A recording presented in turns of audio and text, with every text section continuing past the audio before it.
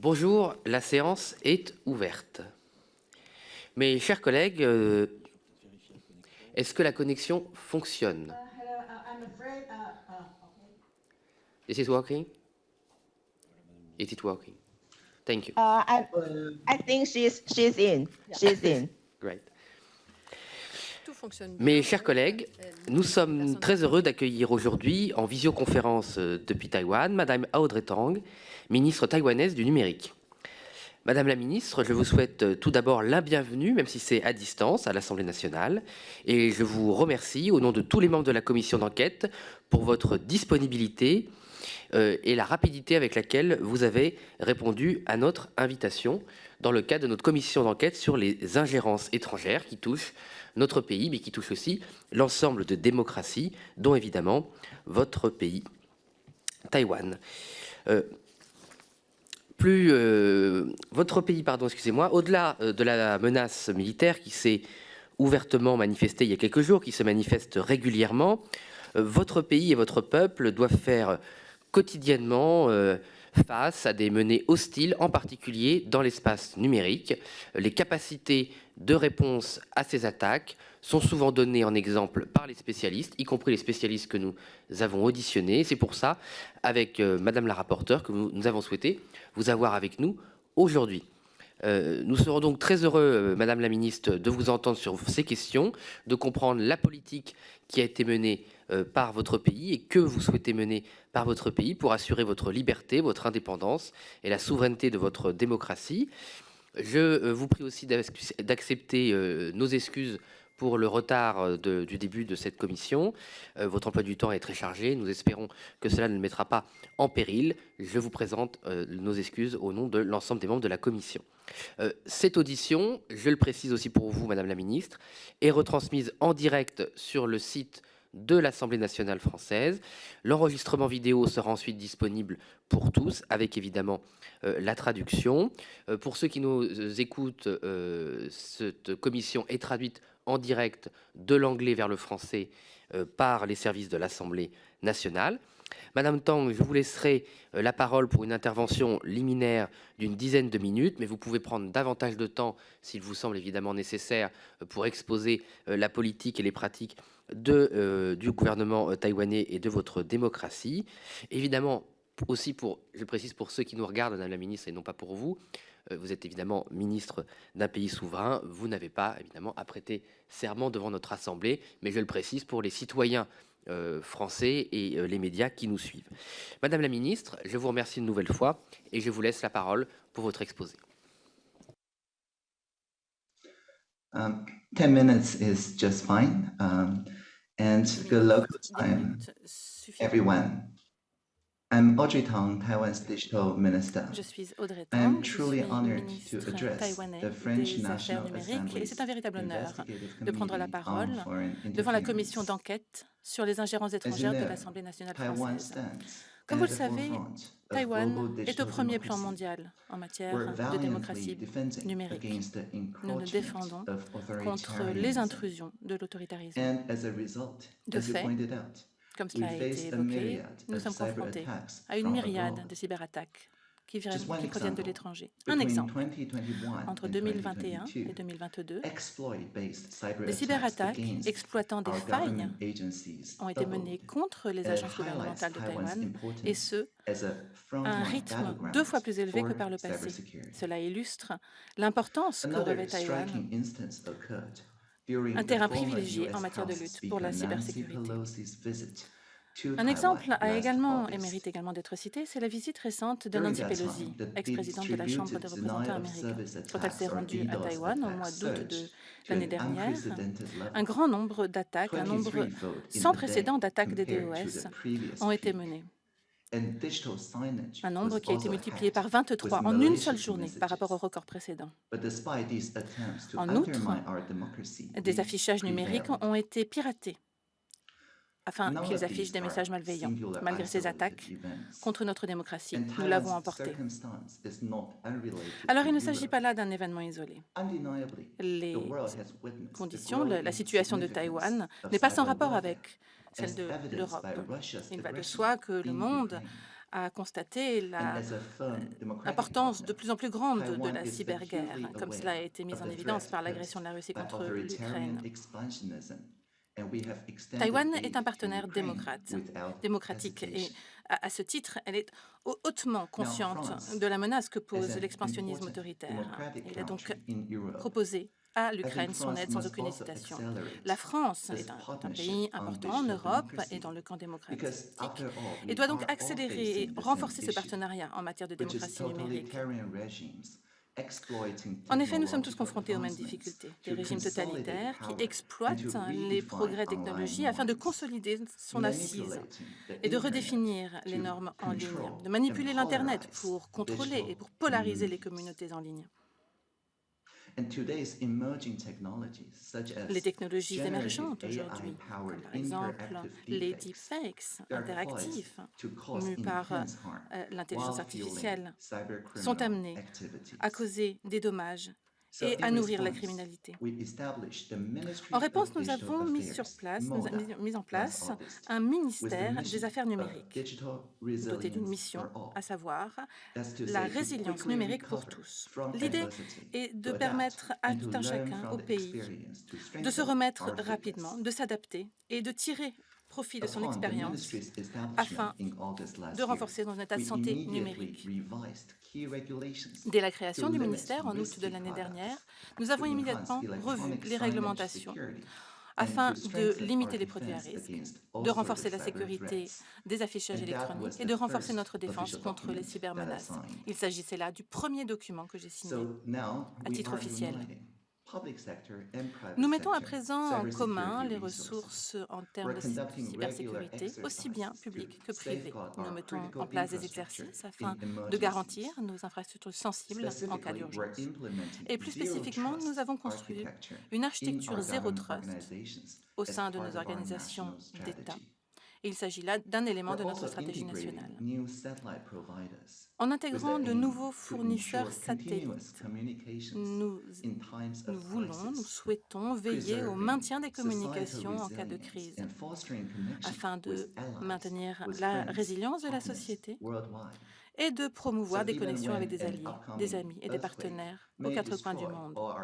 Même dans le cas où un séisme détruirait les câbles sous-marins et les centres de données, eh bien, grâce à nos investissements dans les réseaux de secours, nous pourrons continuer à assurer ces services. Et cela prouve notre engagement, notre détermination à renforcer la résilience démocratique. Nous avons également œuvré en faveur de réseaux non terrestres et nous avons mené également des projets pour en démontrer la viabilité. Cela passe par l'installation de récepteurs dans 3 sites étrangers et dans 700 sites autour du Taïwan, ainsi que dans les îles périphériques et dans les zones reculées. Nous avons investi environ 160 millions d'euros qui ont été alloués pour les 2 prochaines années dans ce projet. L'objectif étant de veiller à ce que les satellites continuent de remplir leur rôle tels que les vidéoconférences, la diffusion en direct, etc. L'idée est de maintenir la résilience numérique, la résilience d'urgence. L'idée étant de répondre de manière efficiente aux différentes crises auxquelles nous sommes confrontés, quelles qu'elles soient, que ce soit sous forme de cyberattaques ou de catastrophes naturelles. Pendant le même temps, Taïwan s'emploie à donner à la société civile des moyens d'agir en se connectant à ce réseau démocratique mondial. Pour vous donner un exemple, notre site emploie une technologie qui s'appelle IPFS. Il s'agit d'une technologie émergente de partage des données décentralisée et démocratique afin de résister à la censure. Cela permet à tout un chacun de contribuer à la connectivité en cas de besoin, mais également cela nous permet de tendre la main aux journalistes qui vivent dans les autocraties afin de veiller à ce que leurs reportages puissent être conservés sans être modifiés ni falsifiés. Cette approche incarne parfaitement la vision du ministère pour les Affaires numériques et la manière dont nous avons intégré les principes du Web 3 en utilisant des systèmes de signature numérique pour renforcer la résilience grâce à des technologies d'identification publique transparentes, applicables dans le monde et inviolables, tout en renforçant notre connexion avec nos partenaires démocratiques. L'objectif est de veiller à ce que tout un chacun puisse se connecter et créer son propre contenu, partager ses avantages et avoir un contrôle sans limite sur leurs propres données. Nous avons donc, dans ce but, nous avons rejoint des organisations internationales comme le World Wide Web Consortium, W3C, ainsi que l'Alliance FIDO pour l'identification en ligne. Et nous travaillons avec nos partenaires internationaux pour créer et promouvoir des applications diverses en vue de promouvoir donc des identifiants décentralisés.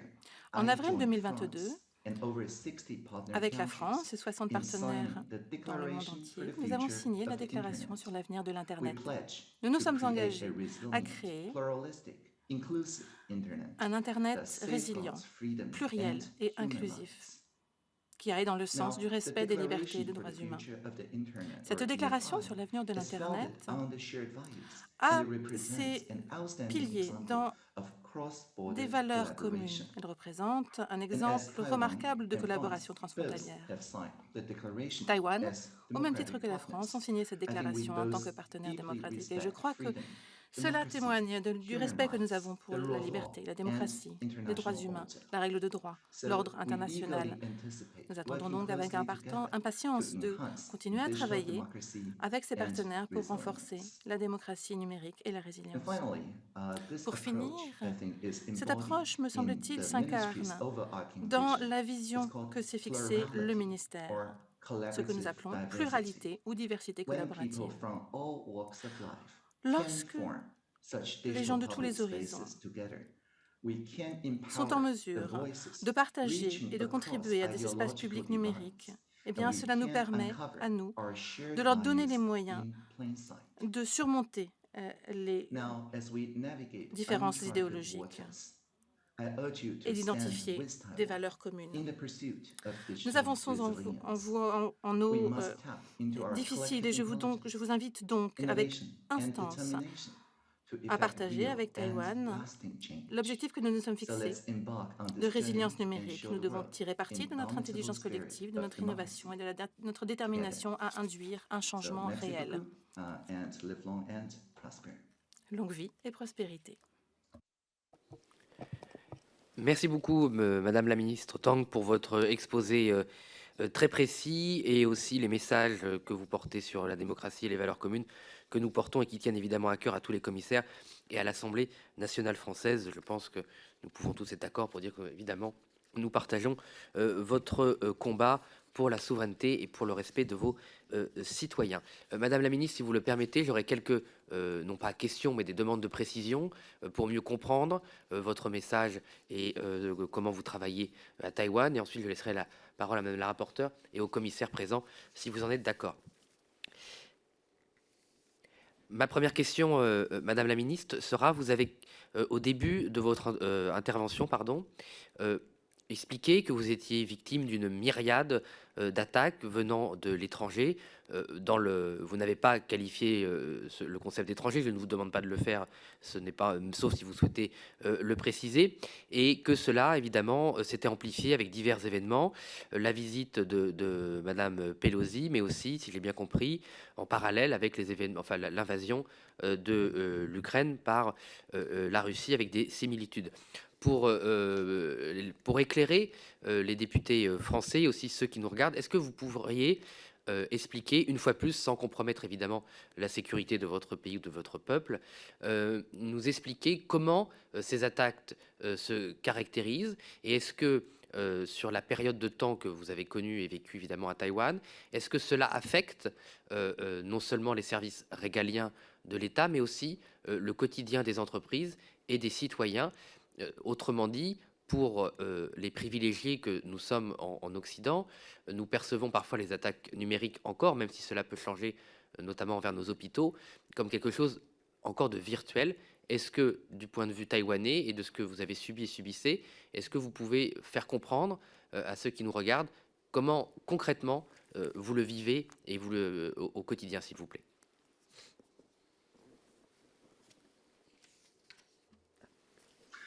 Thank you for the great question.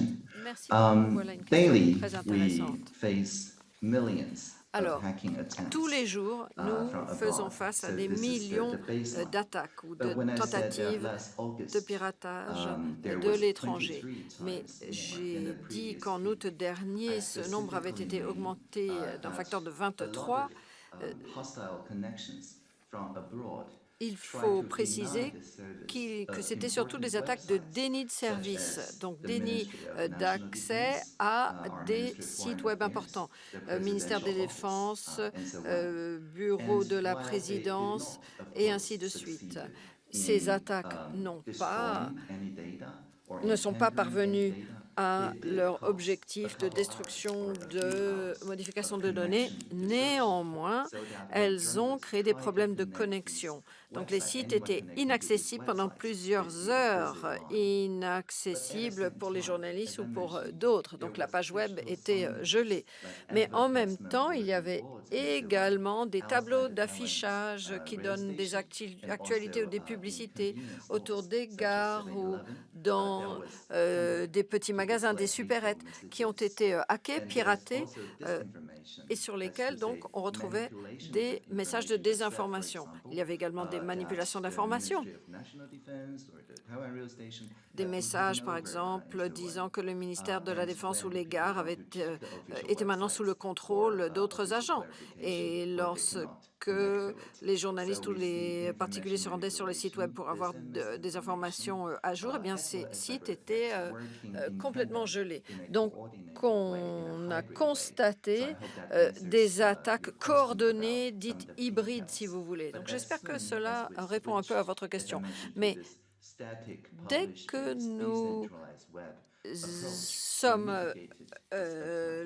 nous avons choisi cette approche distribuée, décentralisée et PFS, nous avons vu une baisse de ces attaques. Et en fait, notre ministère a activé son site web à peu près au même moment qu'il y avait les attaques. Et nous n'avons subi aucune attaque. Alors évidemment, nous faisons des tests avec des hackers bénévoles. Pour l'instant, notre site web n'est pas attaqué. Alors, maintenir un site web, c'est une chose. En prendre le contrôle, c'en est une autre. Ce qu'il fallait, bien sûr, c'était éviter tout problème du côté de la bourse. Et l'effet a été plutôt positif que négatif. Madame la ministre, J'espère pour que ça votre répond réponse. à votre question. Deuxième question, est-ce que vous pourriez, une fois plus, dans la limite de la sécurité de Taïwan, expliquer le fonctionnement décentralisé du site que vous avez mentionné, si je l'ai bien compris, la manière, non pas dont évidemment techniquement il fonctionne et de donner des secrets, mais qu'on comprenne bien une fois plus pour ceux qui nous regardent et pour informer les députés, comment vous êtes arrivé à cette solution, comment il vous a semblé que cette solution était la meilleure et comment, à l'épreuve des faits, effectivement, il vous semble que ce fonctionnement est le meilleur, évidemment, si j'ai bien compris son principe.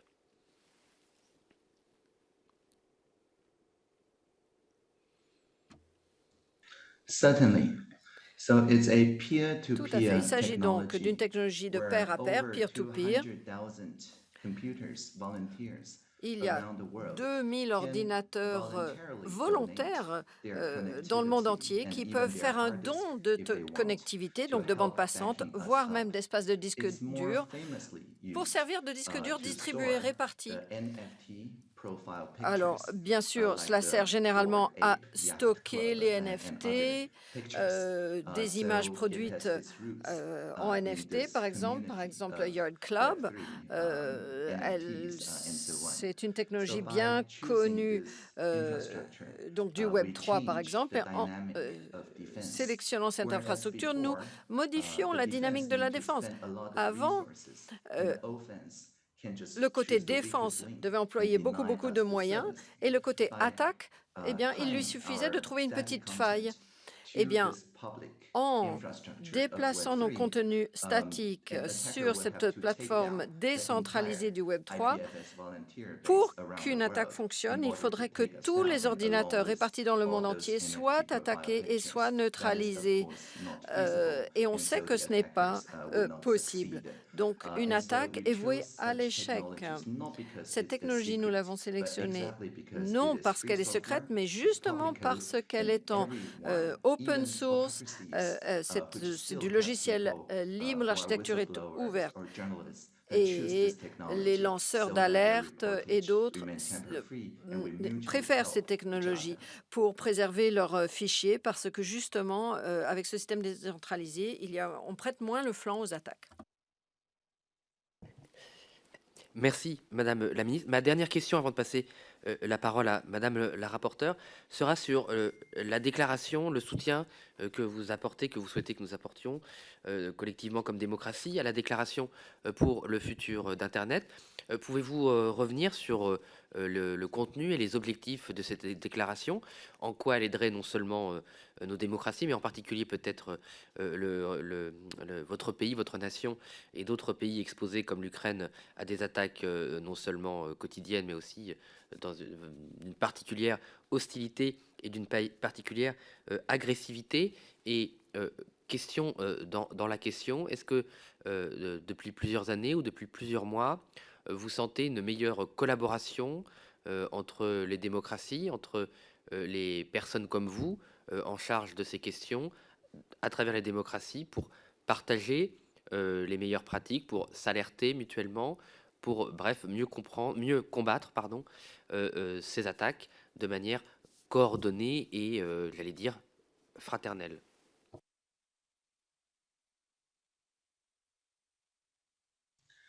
Thank you for this great question.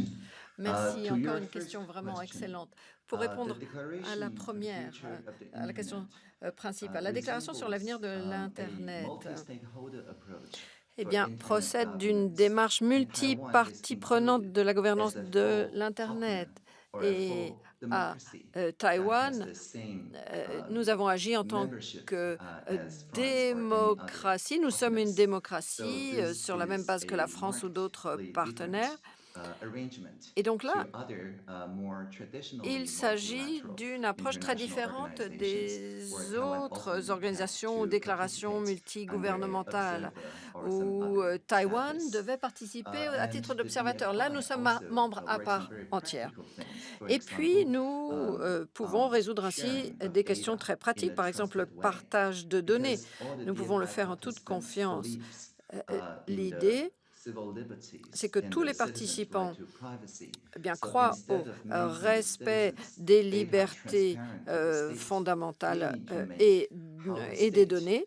Donc, uses the citizens' data ce transparent to the qu'il faut, citizens, c'est que and also les to extend États that to, the governance of expliquent comment global, ils manipulent les données des private sector citoyens de manière corporations, très transparente. in Et cela the, doit se faire avec l'aide algorithmic du secteur accountability, especially privé. accountability Il faut around, pouvoir rendre des comptes large sur les language algorithmes models and employés, others for generative notamment AI. These les are very modèles active topics that we can, de work large together. language. Indeed, Toutes we les are technologies working employées with bien many doivent être people rendues now publiques. on On what doit we pouvoir call rendre des comptes. AI Et nous travaillons alignment tous assemblies, autour where people d'assemblées can, d'alignement de using digital democracy l'IA, tools, c'est-à-dire qu'il set, s'agit de our, participation, de expectations collaboration on how autour those de AIs nouvelles should technologies relate et de to the society, and fixation also d'un have certain those, nombre private sector d'attentes AI vis-à-vis de companies l'IA to dans take nos into sociétés account such modernes. citizen-led, Il s'agit donc ideas, and some de AI companies fixer les deploy attentes de la part des constitutional AI, citoyens qui like serviront donc democratically, d'orientation aux entreprises chosen qui développent constitutions to govern l'IA. how AI interacts with the humanity. C'est un And moyen because de these, régir un like peu climate l'interaction crisis, entre l'IA are et global l'humanité. Il y a des topics. crises telles It's que especially la good crise du for climat, people in qui the sont des DFI, sujets planétaires. partnership to work Et together, to align together dans le cadre de these, cette alliance pour assistive l'avenir de intelligences or l'Internet, AIs. Hope that answers your question. eh bien, nous pouvons utiliser ces nouvelles technologies pour mieux lutter contre ces phénomènes. Tout à fait, Madame la Ministre, je vous remercie pour votre réponse. Je passe la parole à Madame la rapporteure Constance Le Grip. Merci, Monsieur le Président. Bonjour, Madame la Ministre.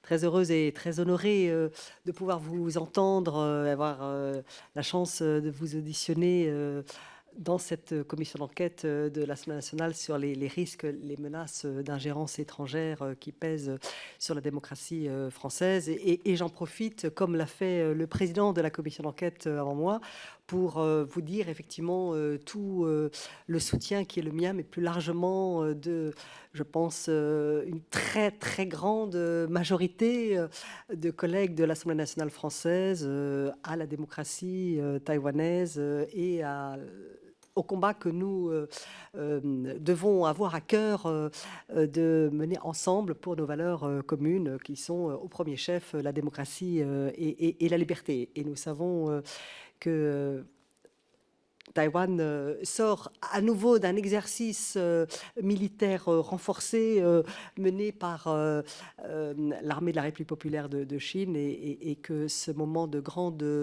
tension a à nouveau occasionné non pas de l'inquiétude, je ne saurais qualifier ainsi ce qui peut se passer dans votre pays, mais en tout cas des questionnements et des perplexités auxquelles il est important que les démocraties comme la démocratie française puissent apporter des messages de réconfort et de soutien. Je pense que c'est important de le redire de cette manière en ce moment. Vous avez beaucoup mis l'accent sur la déclaration pour l'avenir de l'Internet co-signée par un certain nombre de pays, dont Taïwan et la France. Et j'ai trouvé très, très intéressant, effectivement, tout ce qui est porté par cette déclaration commune. Vous avez également beaucoup mis l'accent sur la transparence. Et je crois que c'est par-delà ce que vous menez comme politique publique en votre qualité de ministre en charge du numérique pour la République de Taïwan, un engagement personnel fort, si je puis dire, que vous portez depuis longtemps en faveur de la transparence, voire d'une forme de transparence radicale vis-à-vis de vos concitoyens, vis-à-vis de la relation qui doit exister entre l'État et les citoyens. Est-ce que vous pouvez nous en dire un tout petit peu plus sur cette ardente obligation de transparence et de ce que cela implique, par exemple, pour embarquer, si je puis dire, la population taïwanaise dans cette cyber-résilience dont vous nous avez parlé. C'est-à-dire qu'il y a tout le temps, justement, de l'information régulière, rapide, immédiate, totalement transparente qui est faite sur, par exemple, les cyberattaques et l'attribution des cyberattaques nombreuses, très nombreuses que subit Taïwan. Est-ce qu'il y a d'autres d'autres caractéristiques que vous pourriez avoir envie de nous préciser, de nous développer? Merci.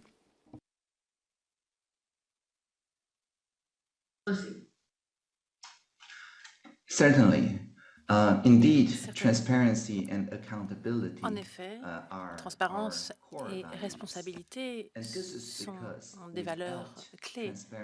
En effet, sans transparence, eh bien, les gens ont tendance à prêter trop d'attention à la question de la sécurité et aux progrès technologiques qui sont dans une sorte de tension permanente.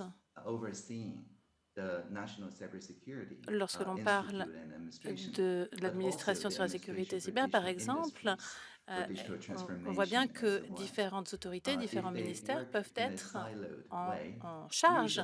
Et s'ils travaillent de manière isolée les uns des autres, comme cela a été le cas par exemple au début de la pandémie, eh bien, on peut avoir des difficultés puisqu'on se retrouve dans des situations où on doit faire des choix entre, par exemple, santé publique d'un côté, respect de la vie privée de l'autre.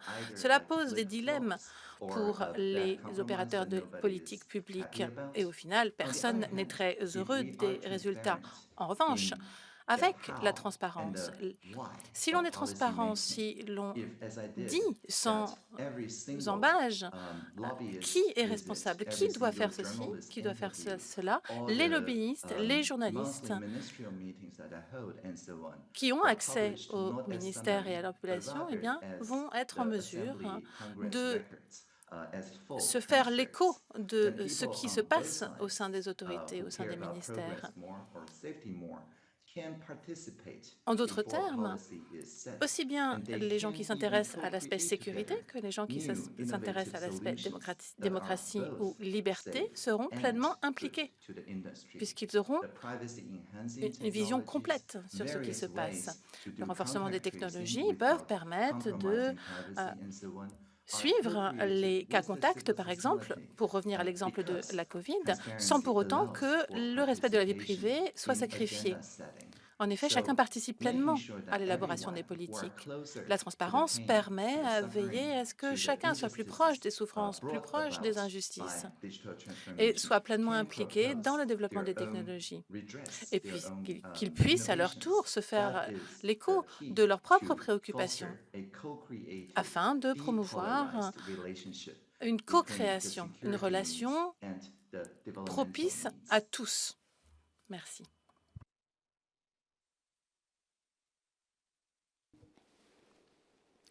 Merci.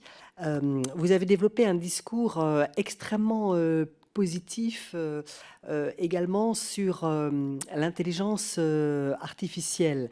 Vous n'êtes pas et les possibilités qu'offre l'intelligence artificielle aux activités humaines, hein, au sens large. Alors vous n'êtes pas sans savoir que dans ce vieux continent européen qui est le nôtre, le premier regard porté, en tout cas par beaucoup des hommes et des femmes qui habitent ce continent européen sur l'intelligence artificielle est un regard assez dubitatif, voire inquiet, voire très très inquiet. Et que l'un des premiers réflexes que l'on peut avoir dans les pays qui composent l'Union européenne peut être justement engendré par cette première méfiance qui surgit spontanément, de vouloir réguler, de vouloir encadrer, cadrer, réguler. Et donc, je suis frappée par le discours à la tonalité très, très positive et très optimiste que vous avez, y compris sur cette nouvelle révolution qui arrive. Néanmoins, comment appréhendez-vous les dangers et les menaces qui peuvent naître de l'application de l'intelligence artificielle à la fabrication de fausses informations, à la manipulation des informations et donc à la manipulation des citoyens et des citoyennes à Taïwan comme ailleurs? Comment est-ce que vous appréhendez cette menace?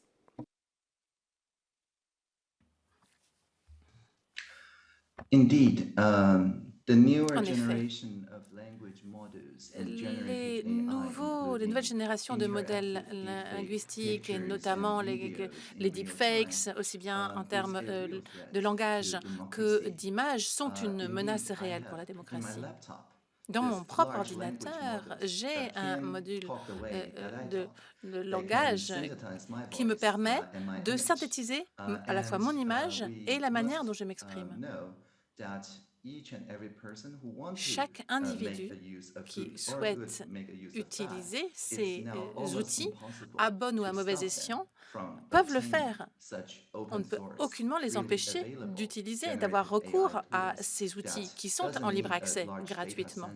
On n'est pas en train de parler d'énormes centres de données ici, on est simplement en train de parler d'éléments d'applications qui rentrent sur une simple clé USB ou dans un simple ordinateur. Il est donc extrêmement difficile d'empêcher les technologies de se répandre. Mais par ailleurs, j'ai le sentiment que Tant que l'on peut veiller à la transparence et à la responsabilité dans la manière dont sont utilisées les applications d'intelligence artificielle, dans la manière dont ces langages sont utilisés, dans la mesure où on peut promouvoir la collaboration, eh bien, je crois vraiment que ce sont des choses que les traductions, les modules de traduction sont un outil extrêmement précieux pour promouvoir la compréhension parmi les populations.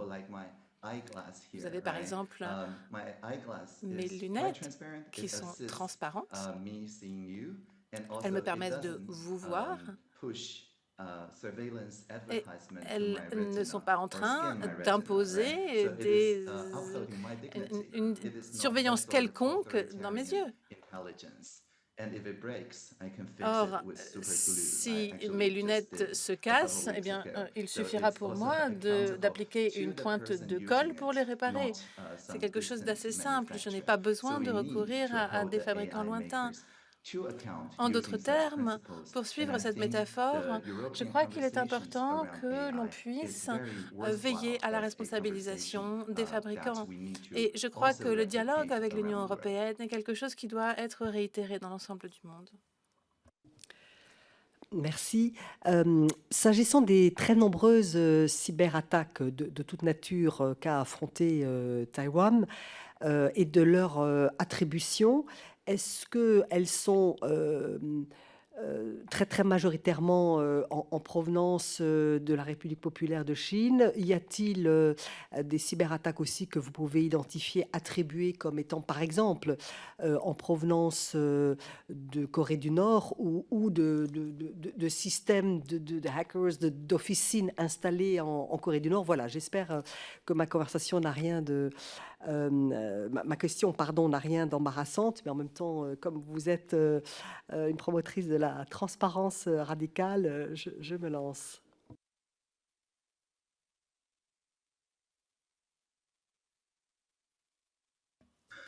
Certainly. Certainement. À Taïwan, comme je l'ai dit, la majorité, si ce n'est l'ensemble des communications à haute vitesse avec le reste du monde, passe par des câbles sous-marins.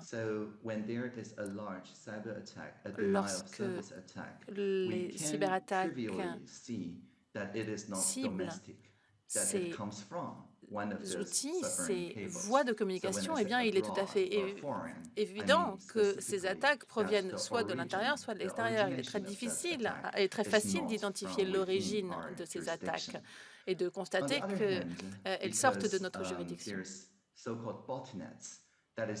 Il y a également des botnets, à savoir des ordinateurs qui lancent ces attaques contre nous.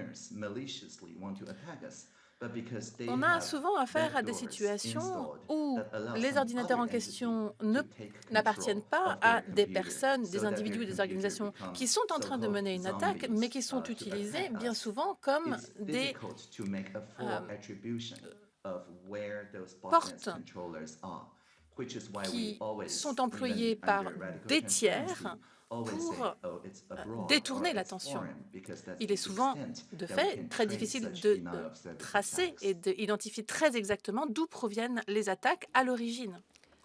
J'entends. C'est très clair. Dernière question, et puis peut-être que d'autres députés, et certainement, voudront vous interroger, Madame la Ministre. Est-ce qu'il y a, pour rendre consciente la population taïwanaise de la réalité des menaces cyber qui planent quotidiennement sur Taïwan et pour armer aussi la population à s'en prémunir, s'en protéger, est-ce qu'il y a peut-être brièvement des choses que vous pouvez nous dire sur ce qui se passe peut-être au sein des établissements scolaires, au sein d'autres organismes pour sensibiliser, pour apprendre très tôt peut-être aux jeunes Taïwanais et aux jeunes Taïwanaises comment comprendre, comment se protéger. Voilà, quel est le degré de sensibilisation et de conscientisation de la population, y compris peut-être de la population jeune, à comprendre?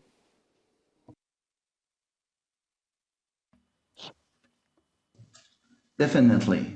Absolument. Before joining the cabinet, in Avant de 2016, devenir I ministre was part en of the 2016, Basic Education Curriculum je Committee. faisais partie du And comité back then, we d'établissement du saw programme the scolaire rise en matière of numérique. Et nous avions déjà à l'époque été confrontés à une augmentation du phénomène de désinformation. Et cela avait eu une influence sur la manière dont avait été conçu le programme scolaire. Au lieu de se concentrer sur, à l'époque, uniquement des compétences telles que la lecture, etc., nous y avions ajouté un élément de compétences numériques. L'idée est de renforcer l'esprit critique. Mais si l'on ne fait que cela, cela n'a pas d'incidence, puisqu'on se contente de penser différemment. Or, ce que nous essayons de faire, c'est de contribuer à un réflexe critique parmi les jeunes et à une approche collaboration, afin que les jeunes puissent contribuer, par exemple, à des éléments comme l'élaboration de boîtes d'informations qui permettent, de la même manière que d'autres outils mesurent la qualité de l'air, de mesurer la qualité de l'information. L'idée est de s'adresser à des jeunes, voire parfois des très jeunes, afin que chacun fasse partie du réflexe collectif de lutte contre la désinformation. L'idée n'est pas seulement de se concentrer sur les fake news, mais de contribuer, bien au contraire, à la promotion d'un esprit critique numérique qui aura un effet positif en matière de polarisation et de fausses informations. J'espère que ça répond à votre question. Merci Madame la Ministre, merci Madame la rapporteure. Monsieur Eskenegox, s'il vous plaît. Merci Monsieur le Président. Madame la Ministre, chère Audrey, je souhaitais vous féliciter pour votre implication dans l'open source, étant moi-même issu du domaine informatique et de l'Internet. Et je suis impressionné par votre parcours et votre engagement. J'avais deux questions. Une question en vous appuyant sur votre pratique générale de la transparence radicale. Quelles sont les solutions, selon vous, pour lutter contre les ingérences étrangères ? Une seconde question qui nous touche plus particulièrement, vous avez été auditionné par la commission d'enquête du Parlement européen G2. Quelles menaces d'ingérence européenne visent la France et comment s'en prémunir? Merci.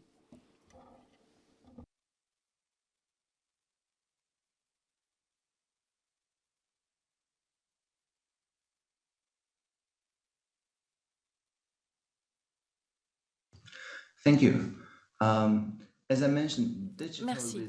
Comme je l'ai dit, la résilience numérique pour tous est le slogan de notre ministère. Bien entendu, on doit veiller à ce que les journalistes, même les civiques, y compris les journalistes civiques, puissent faire leur travail. En d'autres termes, la bande passante est considérée comme un droit humain en Taïwan. On doit veiller à ce que les journalistes professionnels puissent prospérer et puissent contribuer aux grandes plateformes de médias sociaux, notamment Facebook. Nous avons donc des pourparlers, des discussions régulières afin de veiller à ce que le journalisme ait accès à ces grandes plateformes et que ces plateformes, à leur tour, contribuent à la transformation numérique, à la transformation publique, en mettant les journalistes au premier plan de leur système d'information. De la même manière, l'engagement civique, la résilience de la société revêt une importance qui n'est pas moindre, afin que les sociétés disposent des outils nécessaires, que ce soit WhatsApp en Europe, que ce soit Line à Taïwan, afin que lorsqu'une personne est confrontée à une désinformation, à une tentative de piratage, eh bien qu'il puisse le communiquer avec des écosystèmes civiques qui sont dotés de Ecofax, de personnes, d'organisations qui vont vérifier l'origine des sources, des organisations comme Trade Micro, par exemple, ou d'autres startups, des licornes parfois, ainsi que des organismes liés à Google. En d'autres termes, l'ensemble d'un écosystème qui est basé sur l'idée d'une société qui est mobilisée afin de mieux collaborer, pour mieux réagir à ce que c'est qu'un virus, pour identifier les virus et être capable de mieux y résister. Cela permet également d'identifier plus rapidement les messages qui vont devenir viraux très rapidement. L'idée est donc non seulement de les identifier, mais également d'identifier et de créer ensemble, de manière collective, des réponses et des ripostes à de telles attaques. On pourrait par exemple veiller à ajouter en attache des éléments, puisque cela permet d'aider les autres et de protéger les personnes auxquelles sont destinés ces virus à mieux y résister. En effet, non seulement la personne reçoit le virus, mais avec le virus, elle reçoit également l'antidote, les moyens de ne pas répandre ce virus. Merci Audrey. Et sur la partie de votre audition au niveau de l'Europe, qu'avez-vous à nous dire sur les ingérences qui pourraient toucher l'Europe? Est-ce que vous avez des éléments, sans trahir de secret, qui pourraient nous intéresser?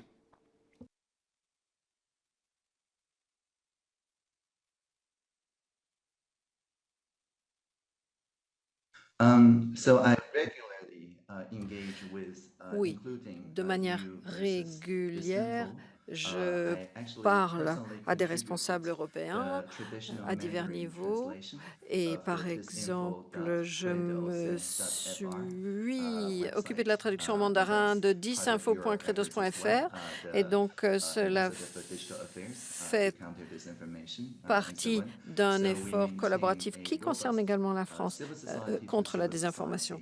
Et donc il s'agit d'une connexion de citoyen à citoyen, société civile à société civile. C'est un partage d'approche et la plupart des instruments dont j'ai parlé sont dans le domaine public, sont en open source et donc il s'agit vraiment d'un terrain de jeu parfaitement collaboratif. Merci Madame la Ministre. Merci Madame la Ministre. La parole est à Madame Chassagnol. Merci Monsieur le Président. Bonjour Madame la Ministre. Je vais rejoindre mes collègues pour vous dire l'honneur qu'est la possibilité de vous auditionner aujourd'hui. Et c'est assez passionnant de voir à quel point on partage évidemment ces valeurs démocratiques sur l'intérêt de l'esprit critique et de la coopération dans cette lutte contre les menaces extérieures et les risques d'ingérence. Je vais rejoindre la question de Madame la rapporteure concernant l'éducation aux outils numériques. Excusez-moi. Par rapport à la nouvelle technologie que vous mettez en œuvre, qui s'apparente, si je comprends bien, à une forme de blockchain, où chacun peut contrôler en coopérant le système, est-ce que ce système-là nécessite que les citoyens aient un minimum de connaissances, de savoir numérique, pour être en mesure de contrôler cette technologie, de s'assurer qu'elle soit utilisée à bon escient? Et est-ce que très précisément, sur les outils que vous mettez en œuvre, il y a un besoin d'informations, au-delà de l'information plus générale sur l'esprit critique vis-à-vis des outils numériques? Et j'aurais une autre question un peu plus large par rapport aux algorithmes qui sont utilisés pour les réseaux sociaux.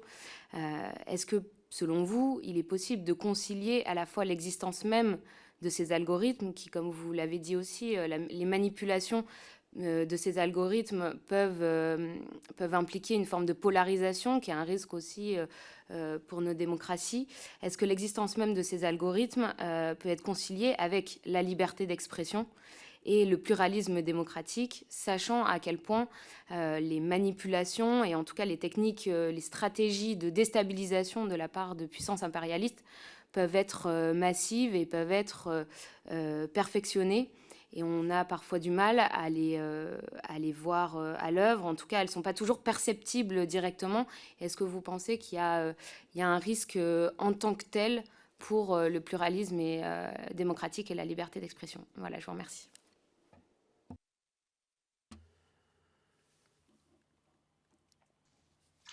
Thank you for the great questions.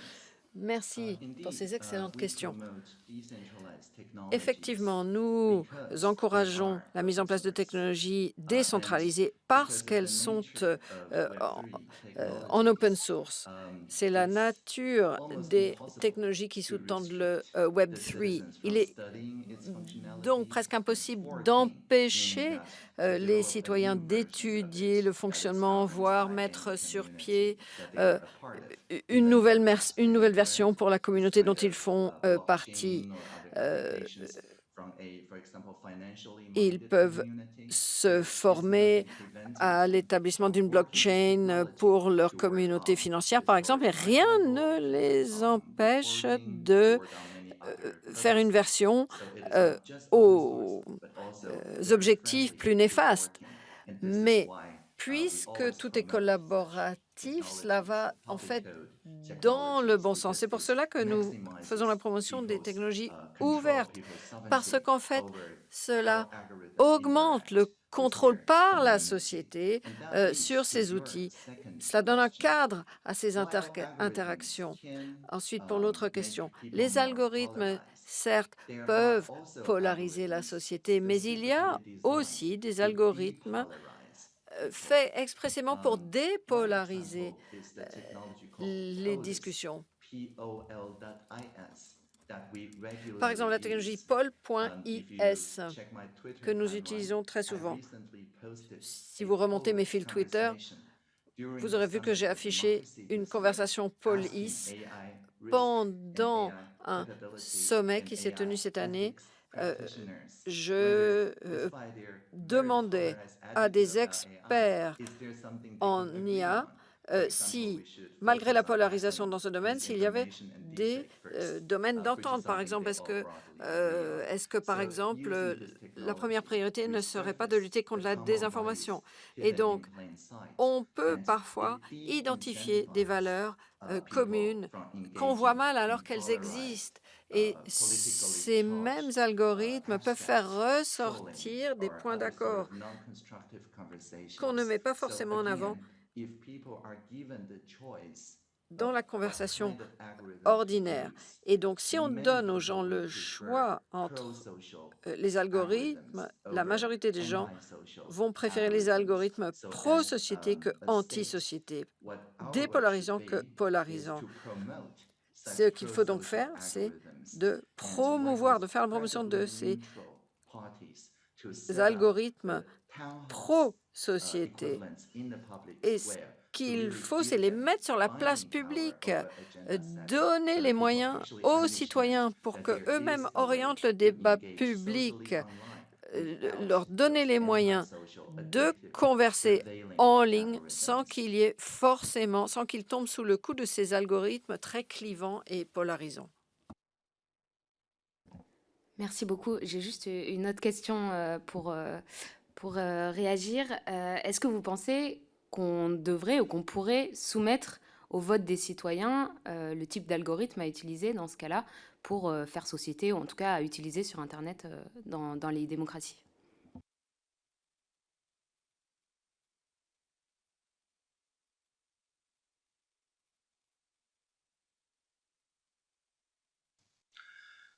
Yes, we know that, for example, in the European Alors, on Union sait, Digital Market Act, par exemple, que dans le there Digital is, Market Act de l'Union européenne, requirements il y a des so that exigences the d'interopérabilité. gatekeepers of instant Ainsi, message communication, ceux of qui all sorts, gèrent les when they're communications large enough, they par must Messenger et interoperate autres with messageries, each other euh, in a way eh that bien, the people ces messageries can doivent have a pouvoir free être choice, regardless of where the interopérables content is afin posted. You que can choose to les receive citoyens from puissent another choisir de recevoir les messages par une autre application, un autre fournisseur et donc un autre algorithme. Il faut donner la liberté de choisir en tel ou tel algorithme, donc telle ou telle plateforme, tout en donnant la possibilité de mettre en communication les plateformes. On peut appeler ça interopérabilité, on peut appeler ça Web 3, on peut appeler ça autre chose. Ce qui doit guider, c'est que finalement, pour revenir à mes lunettes, c'est les personnes qui portent les lunettes qui doivent choisir leurs lunettes. Et donc, les personnes qui communiquent doivent pouvoir choisir quelle plateforme, quelle application, quel fournisseur choisir. Il ne doit pas être contraint par d'utiliser par exemple la même application que celle dans laquelle ils ont reçu le message. Il faut qu'il y ait liberté.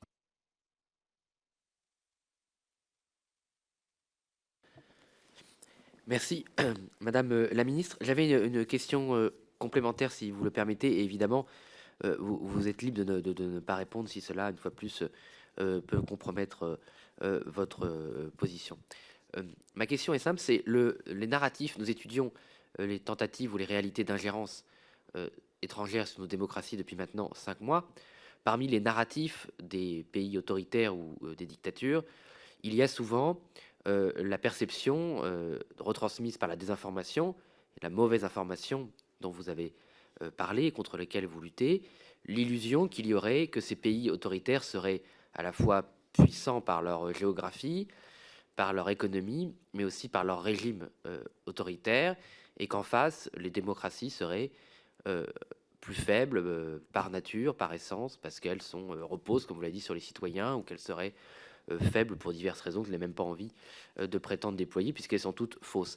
Mais ce que je trouve intéressant dans ce que vous exposez, c'est qu'au contraire, vous combattez non seulement les techniques d'ingérence, mais aussi le contenu déployé par ces techniques, à travers ces techniques, par la démocratie, par la transparence totale, par la décentralisation, par la mobilisation de la société civile, et aussi sans faire offense, puisque la France elle-même n'est pas un pays à la taille géographique de la Russie, de la Chine, par aussi la mobilisation d'un pays de taille modeste, mais qui tient debout.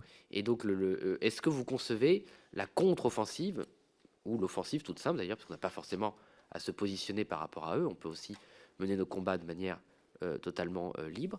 Est-ce que vous concevez le message que j'ai perçu comme une totalité, ou est-ce que le lien que je viens de faire vous paraît artificiel?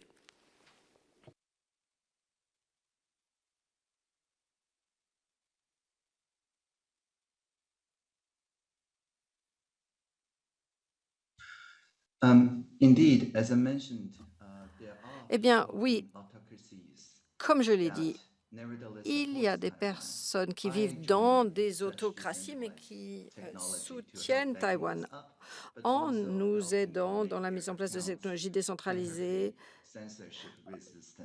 en And I think this censorship resistance is mettant en place des systèmes qui font que leur message ne pourra pas être modifié ou falsifié. Donc, beaucoup des technologies dont nous parlons, par exemple, qu'un modèle linguistique comprime tout ce qui existe sur Internet sur un petit disque, une petite clé USB qu'on peut faire fonctionner hors ligne, ce qui permet d'aller faire des recherches sur un personnage historique, etc. Alors, ce n'est peut-être pas aussi factuellement correct qu'un article de Wikipédia ou d'une autre encyclopédie. Cela peut quand même aider les gens à faire leur travail hors ligne de manière protégée. Donc, il existe encore des gens dans des autocraties qui sont encore à la recherche de ces modèles protégés, soit en se cachant derrière un VPN ou par une autre technologie. Donc, si nous pouvons contribuer à ces modèles linguistiques, par exemple, la France a beaucoup aidé à la mise en place du modèle linguistique ouvert Open Science. Les gens dans le monde entier ajoutent du contenu en mandarin et ainsi de suite. Tout cela renforce la collaboration internationale, nous protège tous de la censure. Donc pour moi, oui, c'est de la résilience démocratique que la mise en place de ces systèmes décentralisés. Est-ce que c'est une contre-offensive? Eh bien, je pense effectivement que c'est une excellente description. Merci, Madame la Ministre. Dans aussi les narratifs que nous devons combattre de la part des régimes autoritaires ou des dictatures, Il y a aussi, y compris dans nos pays démocratiques, en tout cas pour ce qui est de la France, depuis un certain nombre d'années, un certain nombre de personnes, y compris des personnes qualifiées, provenant de milieux académiques ou informés, qui ne le font pas d'ailleurs forcément à mauvais escient, un certain nombre de préjugés ou de prérequis culturels, par exemple pour l'Asie, exposant que l'Asie, et en tout cas la zone d'influence chinoise, de la civilisation chinoise, par le confucianisme, par le taoïsme, par différentes formes de bouddhisme, par les différentes formes de pensée qui ont irrigué et construit cette grande civilisation, ne mènerait pas forcément à la défense des droits humains individuels, et pas non plus forcément à la démocratie telle que nous la concevons et nous la défendons. Et je perçois que vous la défendez aussi à la fois comme citoyenne, individu, citoyenne et membre de votre gouvernement. Est-ce que vous pensez aussi que dans les tentatives d'ingérence, il y a l'utilisation de ce type de narratif, et comment le gouvernement taïwanais, la société civile taïwanaise, les individus libres qui la composent répondent par ce narratif, par la preuve elle-même que Taïwan, par la défense des droits humains qu'elle assure, la vitalité de sa démocratie, contredit ce narratif?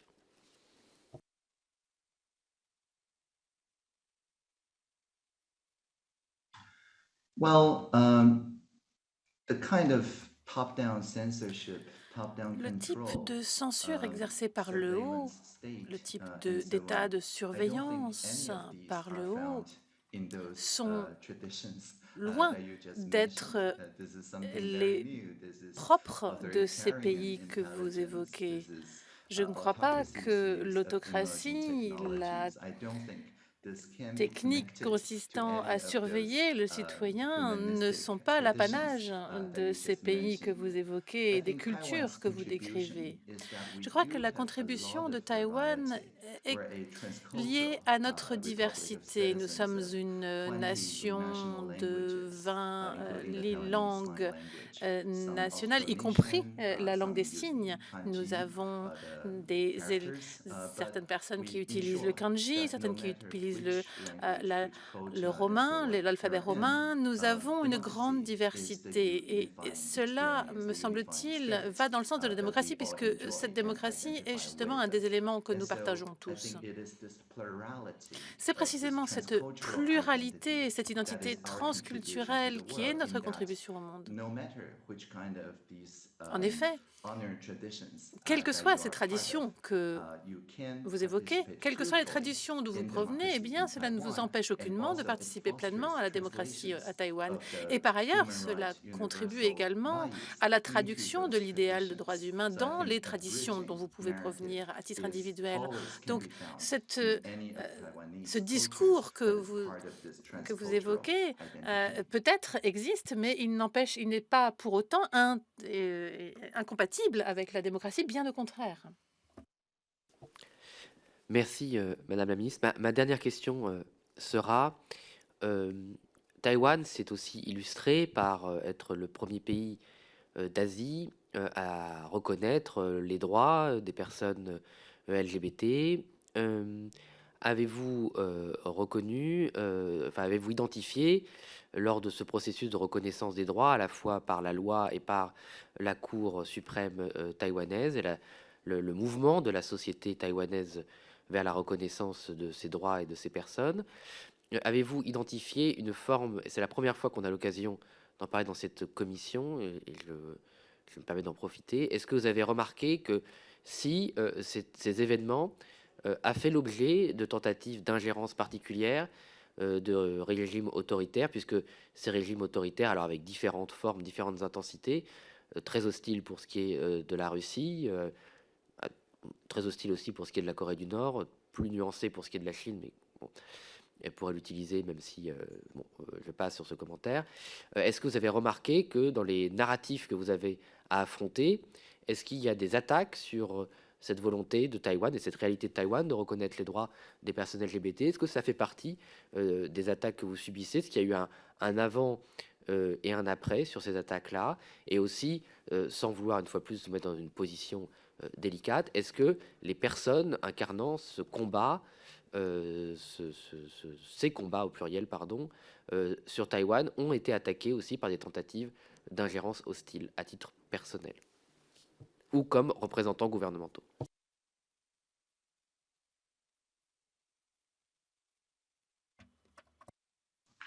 Thank you. That's a great question. Merci. Une excellente question.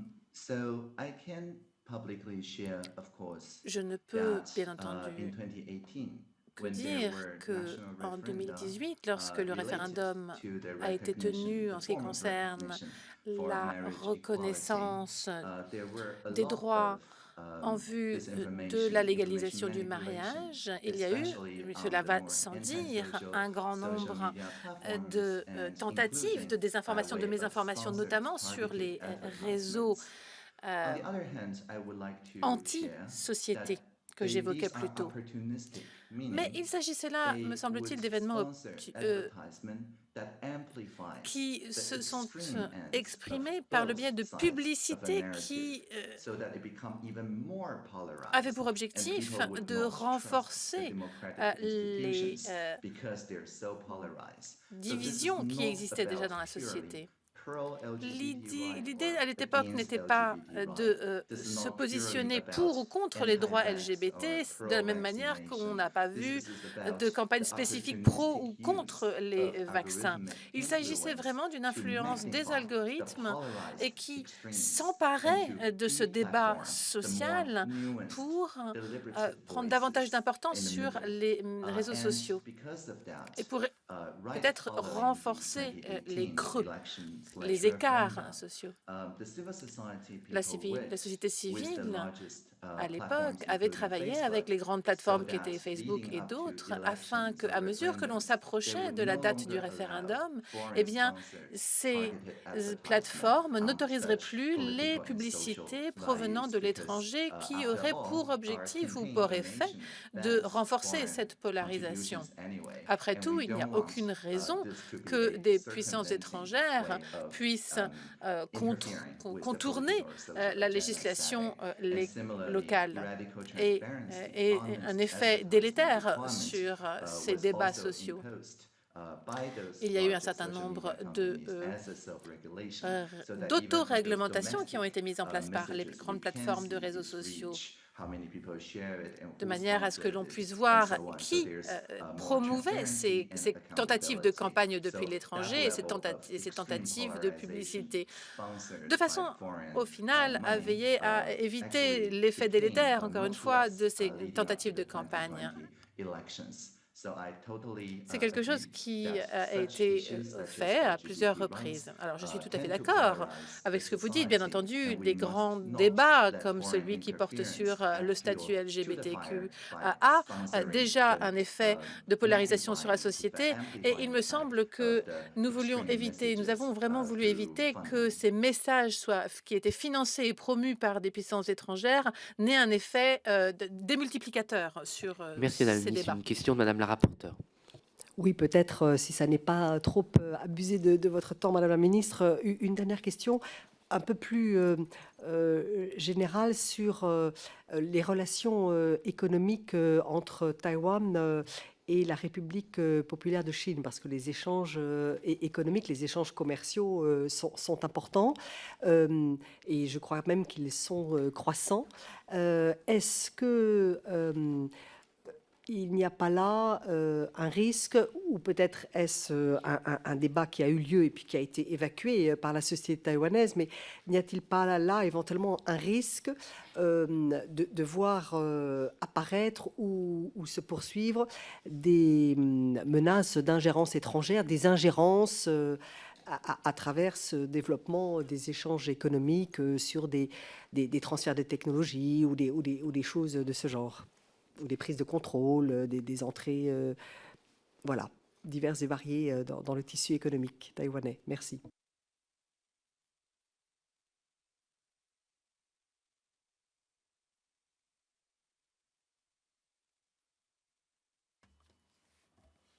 Thank you. There was a very large debate. Il y a eu effectivement un débat public de grande importance qui a eu lieu en 2014. qui a drainé des centaines de milliers de personnes dans la rue. Les accords commerciaux entre les deux pays avaient été au cœur de ce débat. Le consensus qui avait été dégagé en 2014 à l'époque, c'était que la nouvelle infrastructure 4G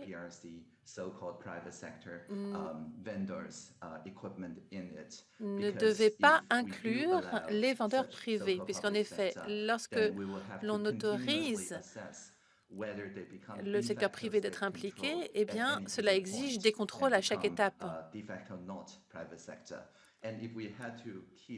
Si l'on doit en permanence mener ces évaluations de risque, eh bien, cela augmente considérablement le prix d'exploitation.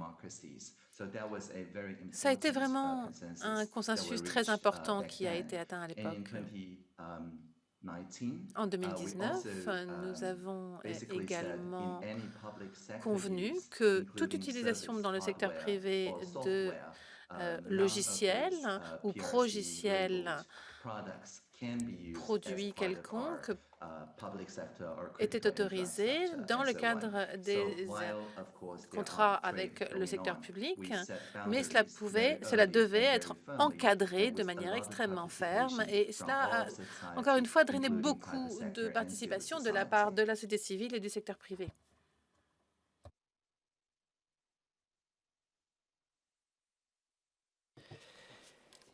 Merci, Madame la Ministre. C'est avec cette réponse que nous conclurons cette audition.